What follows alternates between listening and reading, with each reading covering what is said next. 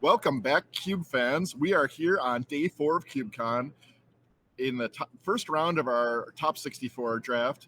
We're going to see Sharik Moore from Madison, Wisconsin, playing against Caleb Durward from Madison, Wisconsin. I know both of these players real well, and they have drafted your Eleusis We'll Cube. be doing it all day. It's fine. Eleusis Cube. Yeah, it's super exciting. We got to watch Caleb. He was our featured drafter. Yeah. And he first picked a Swords to Plowshares. Yes. Yeah. And he came up with a little number we've dubbed Naya Carnavan. Yes. Because we go all the way from 1 to 7 with this one. Yeah, that's super sweet. And Sharik is on a Tinker deck, you came up with the brilliant name, Tinker Booter. Call it Tinker Booter. Yeah, deck. He's got like a lot of good. I think it's a good name because he's got a lot of like really good come into play little card advantage creatures like Snapcaster Mage, Kitesail Freebooter, Stormcaller, Seagate Stormcaller. But then he's also got Tinker into big stuff like Sundering Titan and Ancient Stone Idol. So it's gonna be cool. We're gonna have a great match here. Sharik is no drafting slouch. I've known Sharik. Madison's a draft town. I don't know if you know this, and he used to work for me in Netherworld Games, and he's drafted a lot with the downtown crew, which is like the biggest mass of drafters in town is like downtown Madison. Yeah, that's awesome. They both come up with some super sweet decks. Is this surprise you, or is this like a normal fare from the? I love it. I love it. Eleusis. Yeah. Just point at me, and I'll be like, Eleusis. Eleusis. Yeah. Eleusis Cube. No, I think these look like super cool decks. There's definitely, there's Tinkers in the cube. There's going to be a Tinker drafter if they open it, right? If I open Tinker, I'm in it. Tinker is such a sweet card. Tinker is one of those cards you just see and you're like, what? Why is this in the cube? Why is this legal in this format? Right. How can I pass it? Yeah. And the Naya is super cool. I don't actually see tons of Naya decks. 3-color decks aren't unusual in the environment. But Naya, this is probably me as well. I'm very frequently going to be base blue, but even among the crew with which I drafted, like Selesnya, not super popular. So things that are swimming in the Selesnya sphere are not super popular. So I am super excited to see Caleb, master cuber, work on Naya. Well, I think you're gonna see your cube sing here. Both these players got some great decks, and it's gonna be some really good magic here. Oh, it is. This is super exciting. So they got some hands. I see a Tinker in Sharik's opening hand. Oh, really? Which is gonna be just what you want to see. That is. Okay. So he's gonna keep. It looks like Caleb's off to the races with a turn 1 green Jiraga Tree Speaker. Yeah, absolutely. Sharik plays Steam Vents. Back to Caleb. He's going to level up. Nice. No follow-up for this turn, but pass over to Sharik. Let's see if Sharik can just get that Tree Speaker off the board in short order, because Jiraga Tree Speaker, love the card, very powerful card, but also it's a card that can die. It dies to a shock, It sure do. Looks like we got some questions. Yeah. Not sure what's happening. That's a good little dork. We also have a whole suite of the 1 mana. Mike says they didn't draw before. Okay. He didn't draw a card that turn? Is that what they're saying? Judge call. So the cube has a whole suite of not only the 1 mana dorks that are creatures, but the 1 mana enchantments like Abundant Growth and Utopia Sprawl and so on. I love those enchantments. Those are because they're so difficult to interact with. And if it's not on turn 1, if you're casting your Abundant Growth after turn 1, you're able to tap that mana immediately, unlike summoning sick Llanowar elves or something, right? Right. But I mean, he gets a level up turn 2 and he can use it right away, right? Well, yeah, that's true. Yeah, no, Tree Speaker, different case. You're totally right. That's a good point. Looks like there's a judge called. It looks like some sort of possible deck reg error or deck error. Our head judge, There's Libby. Libby, is on the scene. That's good. Looks like he gave 2 thumbs up, and we're going to continue. Our judges have been great throughout this whole tournament. Man. Yeah, Libby's got a great team out there, and everybody extremely patient, extremely kind, and super smart. Caleb's beating in for 1, knocking Shark down to 19. Okay. Shark untaps Ornithopter Paradise here. Again, accelerate Shark's mana. I think probably his only acceleration in his deck. Yeah, we got a bunch of cubes. Chat's asking about the number of cubes. There are 26 cubes in the main event at CubeCon. And there's, I don't know how many more in free play. Boy, we've had a lot of cubes going on. Caleb's got a big turn 3 Sky Sovereign that's going to kill that Ornithopter. Oh, nice. Passes to Shark. Oh. Caleb wasn't so sure about the boat, he said, when he drafted it. He said that was one of his hardest picks, was the boat versus a fetch land, Wooded Foothills. Wooded Foothills, yeah, and that's a huge swing, because Shark otherwise is untapping and tinkering if he's got with that Ornithopter, right? I mean, who doesn't want a boat though? Yeah. Oh, messes up the tinker. Caleb's plan. sailing off to a great start here. Yeah, that's right. All right, Shark's playing Fable of the Mirror Breaker. Ooh. Probably a new edition. It is, yeah, and it's a super sweet card. A new edition out every cube in the room. I bet there's 80% probably at this card. Yeah, who doesn't love a Kiki Jiki in any form we can get the card, right? That's a sweet card. Right. It's gonna give him a 2/2 Goblin Shaman. Yeah. It's gonna potentially allow him to make some treasure, and treasure can be tinkered away. Treasure is artifact.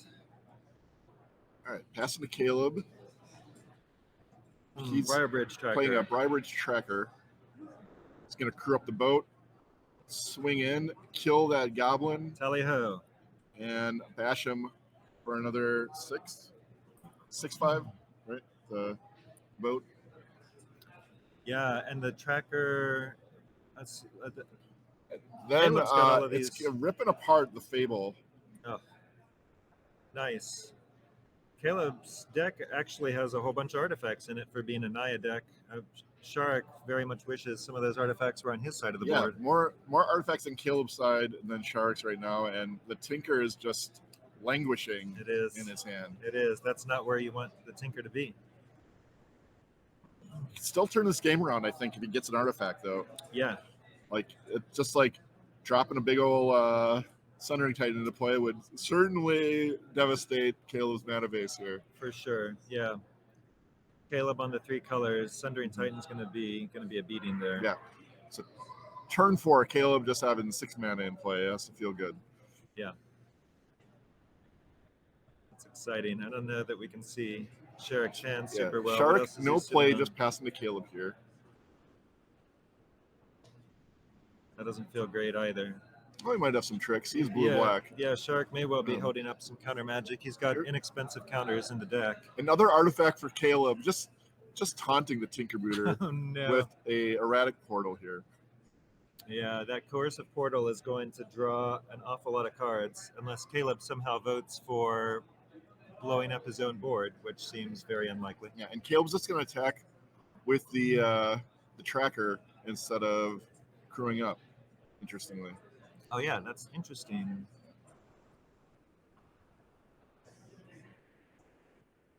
So do you think Caleb doesn't want to expose the boat to possible removal from Shark? Why not crew? I'm not sure.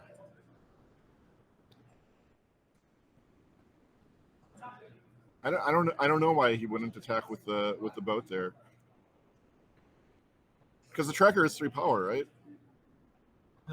Isn't it a 4/3? Okay, yeah.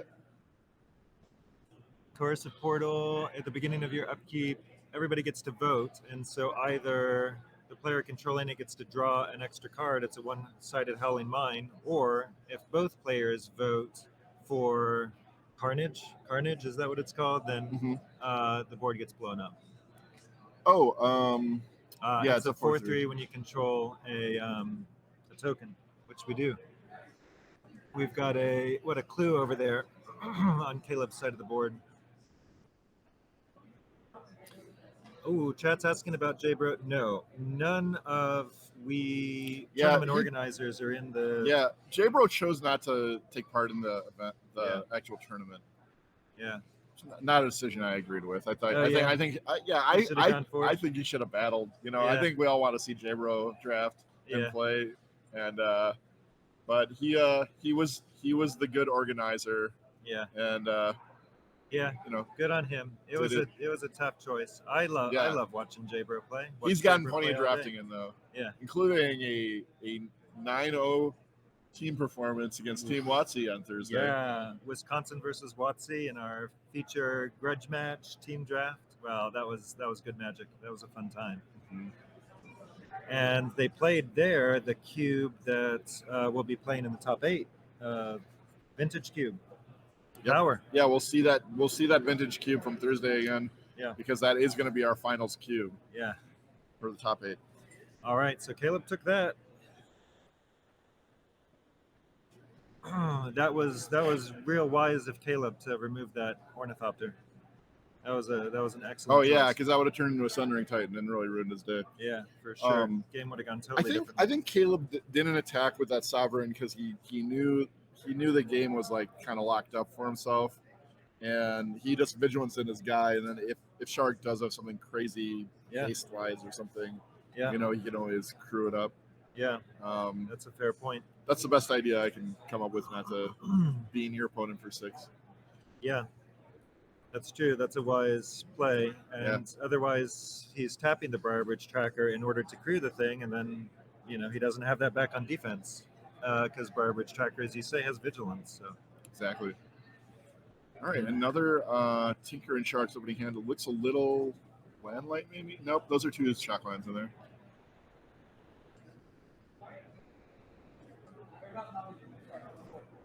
Looks like Caleb's keeping his hand. So you got Pluto Delta from Shark. Okay. And Caleb preemptively shocking himself. Yeah, Caleb's playing a Llanowar Elf. Oh, Shark also has Demonic Tutor in his hand. That's going to help out a lot. Ooh, that's good. Demonic Tutor, a good magic card. Exactly. Let him decide any card in his deck to put in his hand. So it is any magic card. Any magic card that has been drafted. I think Shark has a second Delta in his hand. Okay.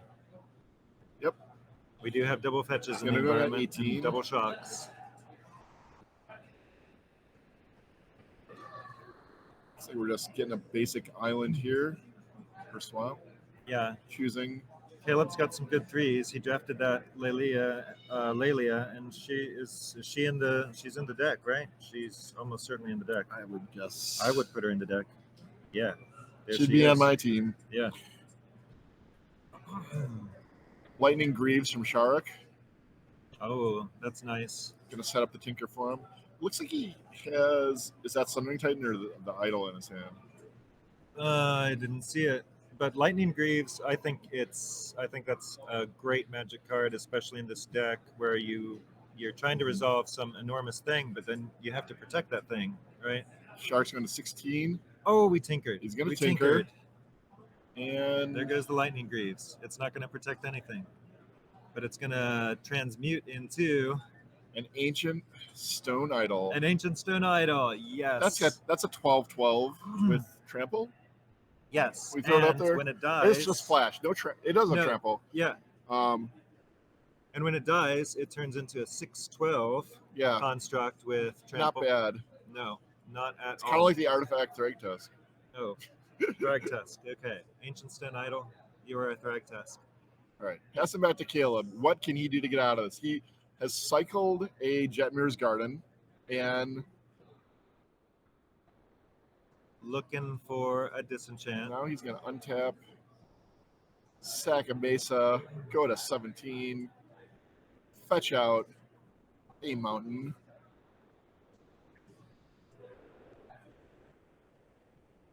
What's he got here? A burst lightning. That's not going to do it. Solitude. He's got a solitude here, and Caleb does in his deck. Solitude or Plow would both be great. Yeah, that's right. He's going to play a Seeker's Chariot. Get a couple of kitties out here, and yeah, he's got another draw step, presumably. Caleb on the ropes here. Yeah, on the ropes for sure. He's got to have some good top decks.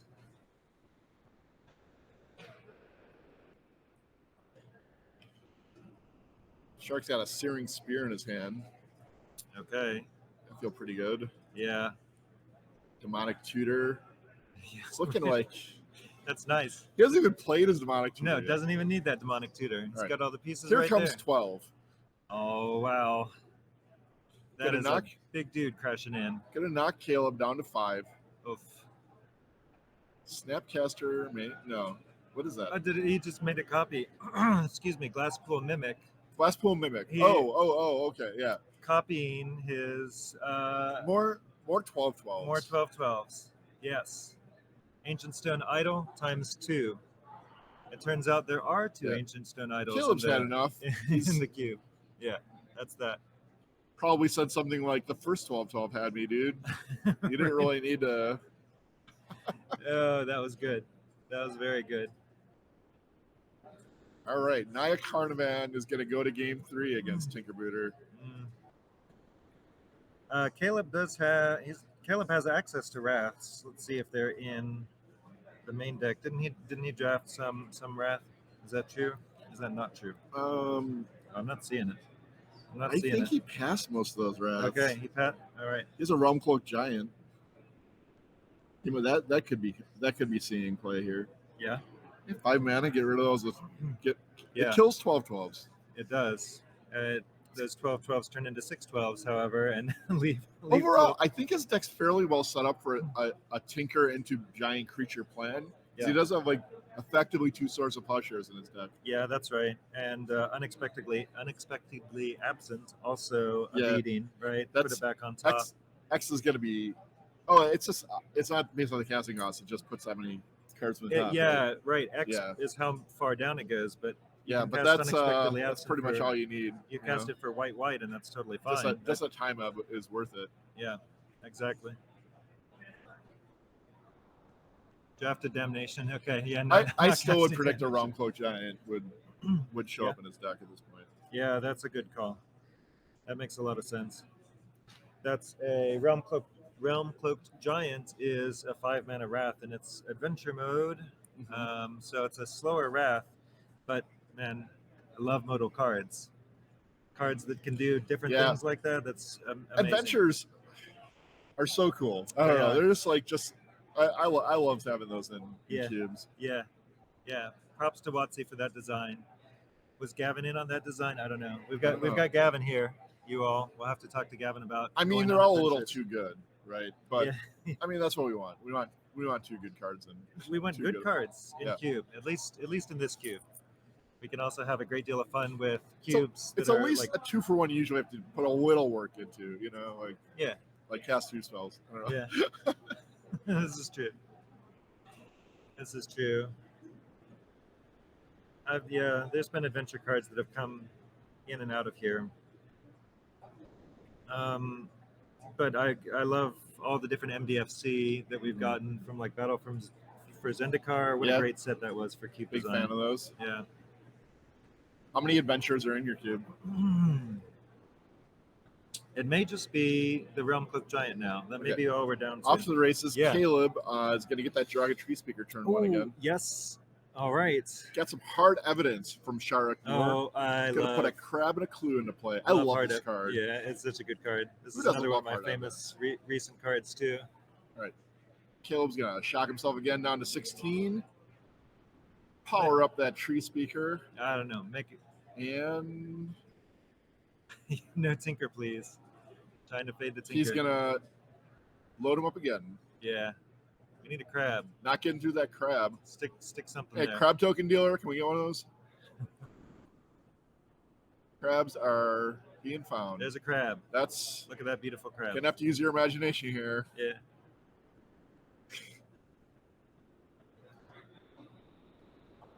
All right. Here comes a polluted delta. Ooh, Bone Crusher Giant. Oh, Mad Timmy. Bone Crusher Giant. Gonna get in Blood the cube. Crypt. Searing Spear on Okay. the Tree Speaker is gonna slow Caleb down a lot here.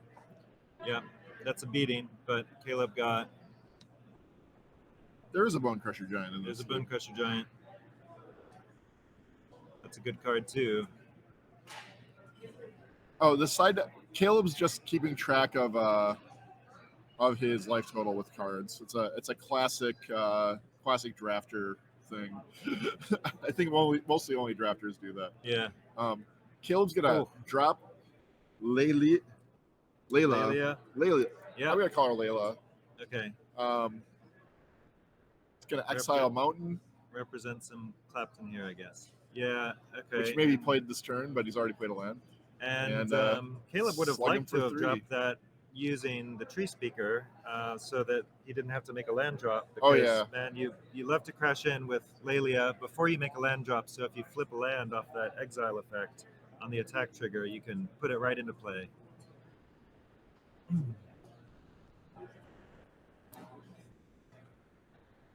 And the crab doesn't block.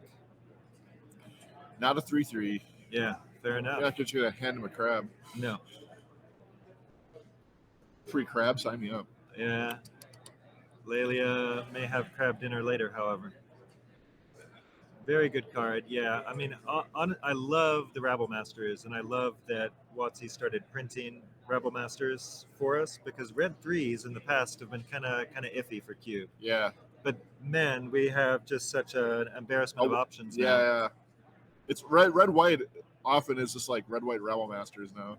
Yeah. And Lelia, I think is super great. I like her better than a lot of Rabble Masters. Here's a Thopter. Not gonna stop Lelia from doing her thing though. It's gonna exile a Llanowar Elf. This card is such a nightmare. Just like a 2/2 gets bigger every turn. Yeah. I mean, draws cards. Yeah. What more could you want?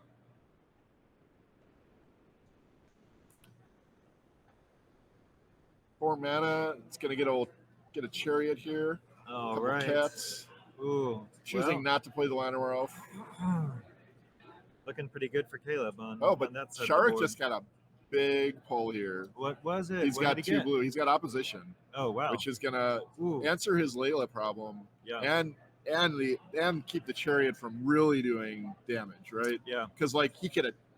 Well, why don't you explain? Yeah. You can attack with the cats, but yeah. Appa's great, and Sherrick has 3 creatures with used for Oppo fodder here, and that's going to shut down Caleb's board pretty hard. It's not going to keep Caleb off mana, because that's the dream, right? When you when you can tap lands, play a nice Deranged Hermit or something. Yeah, but this is a great play here. Sharks tap 4 mana. I don't think he's played the card yet.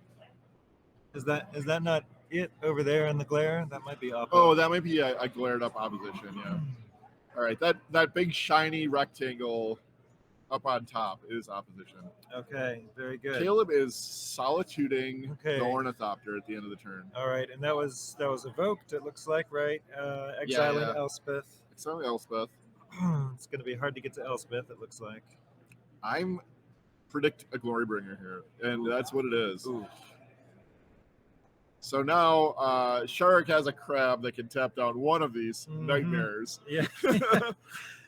So Shark's board looking less impressive for opposition now. Yeah, not quite enough to slow Caleb down here. He basically has to tap this Glorybringer, right? Otherwise, he's not going to have any Ice Manipulator's left. Wow. And that was that. But he's at 9, so he's going to... Well, there If he was the taps handshake. If he taps the Glorybringer, he still takes 9 from the rest of the creatures. Yeah, that's Caleb right. has. Right. So Caleb has defeated Sharik and is going to advance. And we're going to we'll see if there's another match we can go to here. Mike? Yeah.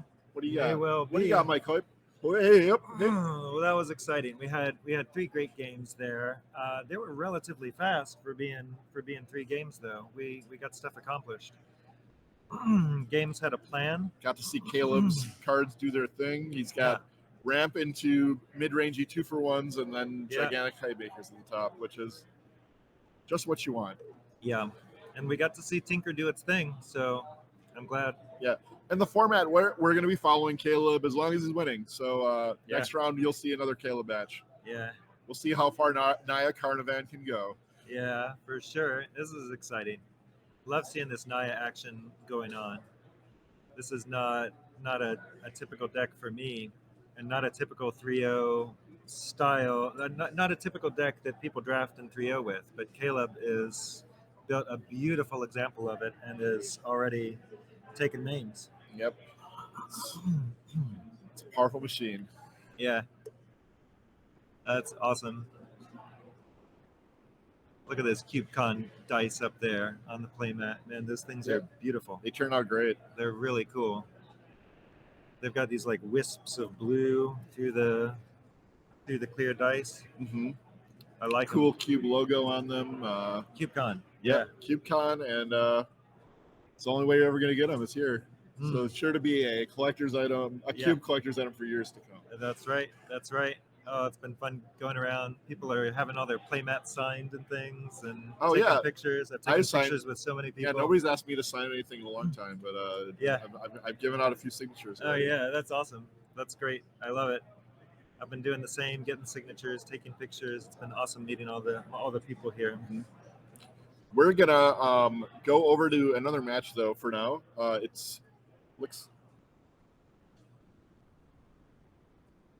it looks like we're going to see Garrett Rubenstein playing against. Eventually, we'll find out. Chris Martin. Okay, very good. And it says they're Naya Carnivan and Tinker Booter, but they're not. They're not. Let's assume that they didn't draft the same deck. I would have left the deck names up. Yeah, that's great.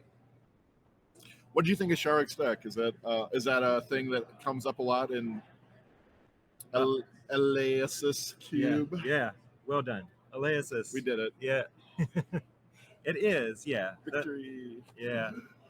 That's a great deck. And Sharik, Sharik, I think Sharik could, like, the match easily could have gone Sharik's way as well, rather than Caleb's. He's got a lot of cheap interaction, cheap counter spells. Dangerous stuff.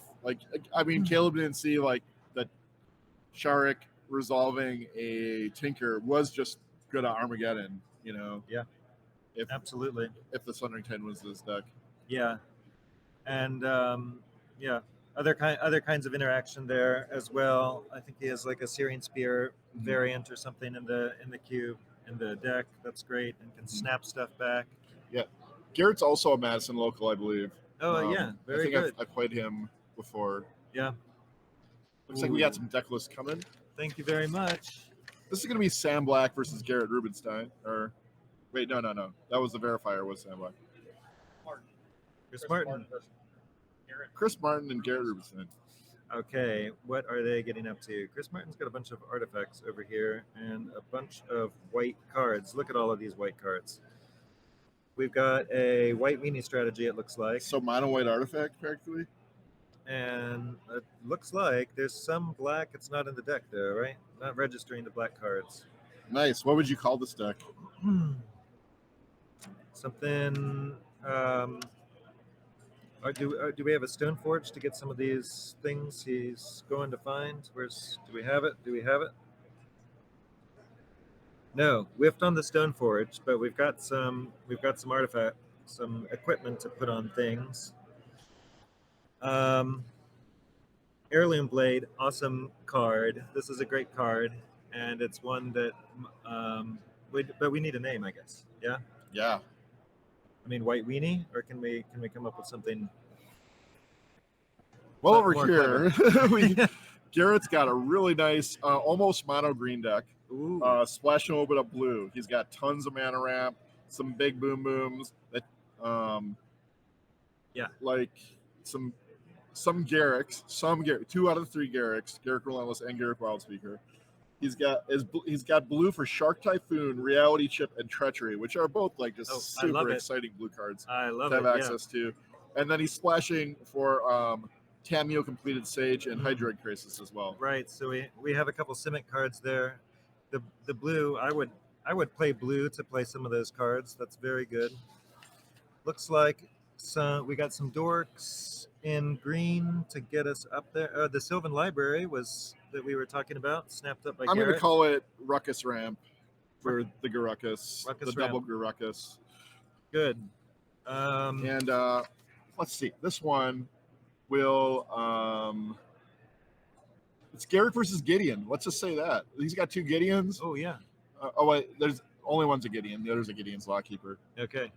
That's Gideon's little buddy that taps things. And I love tappers in the format and in White Weenie strategies. I think those are underappreciated cards by drafters. So I'm delighted to see 1 mana, lock up whatever creature you want as long as you want. Yeah. Tap down their big thing and keep beating down. It's very good.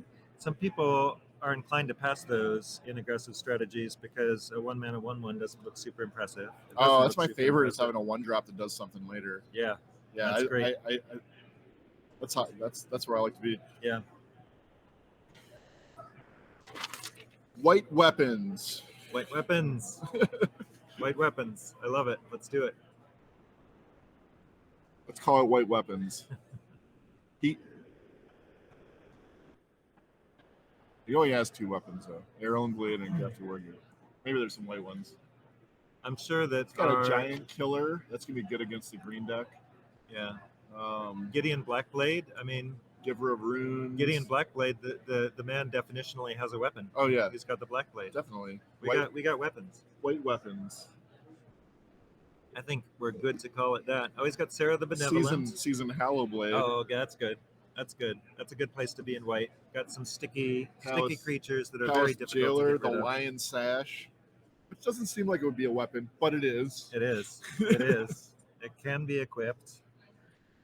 You can sort of flutter a sash in somebody's face and really mess them up badly. And this is game 3. This is going to be the game that determines which of these players is going to be still alive for that coveted CubeCon top 8. All right. White Blade. Yeah, that's good. That's good too. Chat. Yeah, 1-1. Very good. Sarah the Benevolent's that's a cool planeswalker. She makes angels. Makes Sarah angels, Why predictably. Not? Yeah. I like that Sarah was able to become a planeswalker on a Magic card. That was how they that's how they sold us Modern Horizons. Remember that? Yeah. That was the first card they spoiled. Oh yeah. Like it's like one of the worst cards of the set. But like, hey, look at this, a Sarah Planeswalker. Yeah. Like you could have showed us so many things that were like absolutely insane that would have blown our minds. Yeah. Fair enough. It's got beautiful art good. though, yeah. Yeah. We got Sarah the Benevolent, and they showed us the Cabal Therapy. Oh yeah. 1/1. Yeah. That's right. Still has never been cast. I think in Chris Martin's deck, is this true that the most expensive creature or the most expensive spell may be Sarah Benevolent? And Palace Jailer, right? Oh, we got Palace Jailer. Okay, so we got a couple 4-drops. I love that. I don't think there's anything more expensive. If I'm in a Endless White Weenie, One can technically be as much mana as you want to put it through. Well, and that's why we love Endless One. Very true. That's a fair point. Chris is bowling into 5 here. Oh, it's real rough. Oh, that is rough. Oh man. A little rough for the weapons. Yeah. Hey, when you're aggro, how much do you need? Yeah. You know? Yeah. Mulligan aggressively. Doesn't need but some planes. We don't need a whole bunch of colors to fix. I really like topping out at 4 in a White Weenie strategy and only having like one or two 4s. Yeah. I mean, sometimes if I can, I'll even avoid them altogether. especially in mono red deck, I feel like I can often get away with having no fours at all, and boy, just go 1, 2, 3 and get them. The 4 should be so awesome, right? Like Yeah. like do you have the hero blade hold in here? No, actually, no longer in the cube. She used to be, but no longer. Doesn't make a cut anymore, huh? No, I don't think she's good enough anymore. I need her to affect the board. If it's a 4-drop, going in an aggro deck, let's do something. Palace Jailer, awesome card. Hits the board, it does things. You'd rather have something that removes creatures than like builds up an aggro presence. For you. Yeah, exactly. That should be there already. We're not doing that for you. Yeah. That's exactly right. And Sarah hits the board and does things. We've got some other planeswalkers in white who will. Gideon ally of Zendikar, another 4-drop.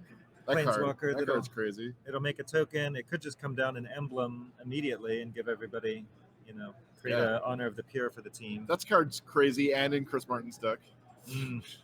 Very good. It's like a hero blade hold. Yeah, that's right.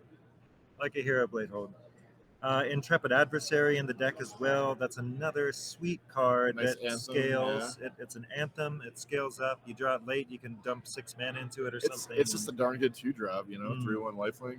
Yeah. Seems good to me. It is, right. All right, I turn 1 Giver of Runes from Chris Martin. Garrett's going to pass his first turn.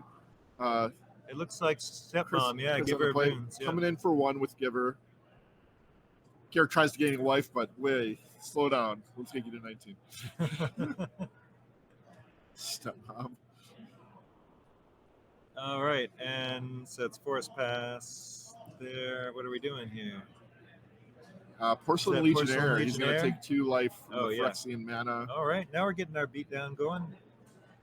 Put this first striker out there. Yeah. That card has been in the cube since time immemorial. Oh, I bet. The card never going away. All right, we're going to see a Fertile Ground, I think, for Garrett. That's where that ended up. Garrett probably got the rest of the green ramp cards that Caleb didn't. Right. Yeah, so Fertile Ground, that's excellent ramp, and it's going to be difficult for Chris to interact with that ramp, but also he's probably doesn't want to waste time naturalizing a Fertile Ground. Chris wisely keeping his, just getting in there with his Giver of Runes. Yeah, that's You're a green deck. You're not going to target my stuff. No, I like it. That makes a lot of sense. And there's the Sash. Yep. Lion Sash. Is that what it's called? Lion Sash? All right. Yep. Yeah. Lion Sash. Remove some cards from the graveyard and puts tokens on if it removes permanents. Yep. Exiles stuff from the yard, so that is super sweet when you're facing a deck that has recursion, like those mono black decks we were talking, or black aggro decks we were talking about, with all those recursive early drops. Sure. Importantly, Sash also a creature on its own too. Doesn't need to equip to be doing stuff. Thanks to reconfigure. Yeah. All right, 4 mana from Garrett. Maybe Garrett will Garrick here. No, it is a Hydra, Voracious Hydra. Ooh. He's going to bring it in, have it fight. Oh, Giver look at that. Runes. Green found a way of targeting that Giver of Runes. Exactly. Knocked it out. All right, so that Hydra is a 2/3, and it just did an ETB. Did it in an ETB fight mode. Yeah. Chris is going to exile the Giver, put a counter on his Lion Sash to keep the beats going. Yeah. He draws. He's got facing out a 2/3 Hydra here. He's going to equip the Sash onto his Porcelain Legionnaire. And that's going to be a big swing for 4. 4/2 first striker now, swinging in. That sounds pretty great. Knocks Garrett to 11. 1 card left in Chris's hand. This is a pretty nice 5-card start for him. It really Remember, is. you did double mulligan here. I know. Yeah, that's tough, but very good start. Garrett's going to lose a valuable point of life, knock himself down to 10. Looks like he's looking at a breeding pool. He's going to take 2. Okay. And there's only 1 double blue card in Garrett's deck. Ooh. Do you remember what it is? I remember there's a treachery in there. Yes. Are we seeing that coming down? That's going to be exciting. Treachery. I mean, this may not be the treachery that you want to the enormous thing that in Magical Christmas Land that you'd like to take. But Swing with the Hydra. Yeah, this is what you dream of. Treachery.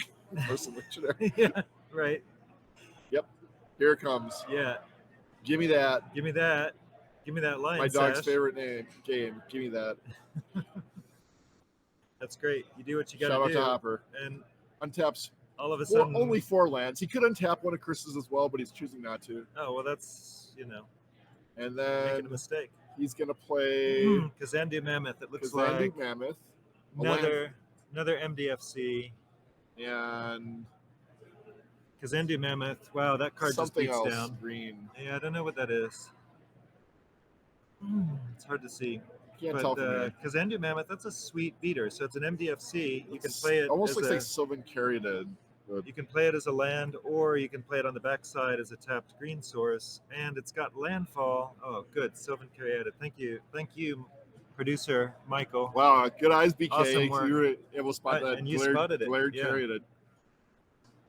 All right. And Chris had nothing on his turn. that's, He can take the sash off, right? Yeah. Okay. Can't he? Oh, does he have to be able to equip it to something? He can I don't just, know. You can just take it off. I think onto you can nothing? reconfigure all you want. Okay.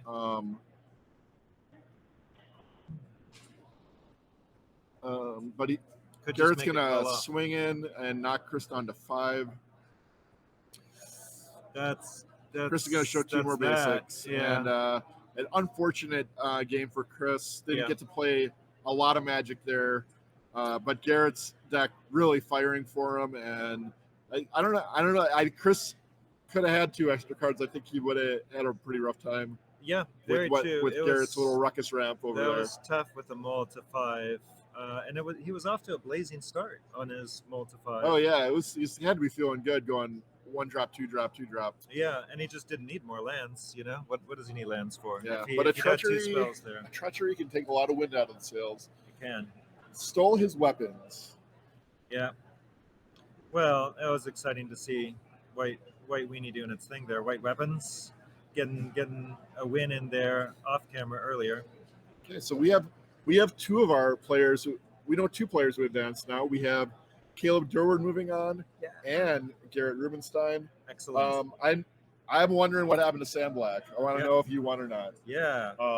So hopefully find that out soon and see if he's going to be in our top 4 for this draft. So and I think Justin, I'm not sure his last name was Sam Black's opponent. He's an excellent player as well, and we've got.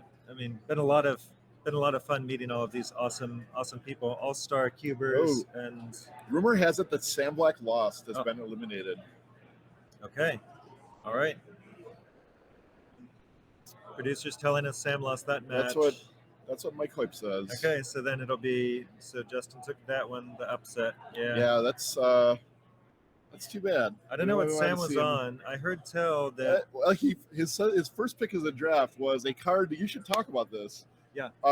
One of the cards in your cube is a Ixalan flip card that you decide to put in the cube on its backside. Yeah. Right. It's a Conqueror's Galleon, but But your we're not cube, playing it as Conqueror's Galleon. Nobody wants Yeah. Conqueror's Galleon. Who's going to draft that? It's another big boat, But what if I don't know if Mike this might be testing the limits of our technology to see the backside of Conqueror's Galleon here. But on the other side, it's this awesome land. It's Conqueror's Foothold on Conqueror's the backside. Foothold. Yeah. Taps for a mana. Yep. 2 mana tap, draw discard. Loot. Yeah. I think I remember all these. 4 mana tap, draw a card. Yeah. And 6 mana tap, regrow a card. Yeah. Nice, BK. Yeah, I know my You know all the flip modes. cards. Yeah. Oh, and Also, that's the Sam best showed of it to me a little while ago. them. Okay, very good.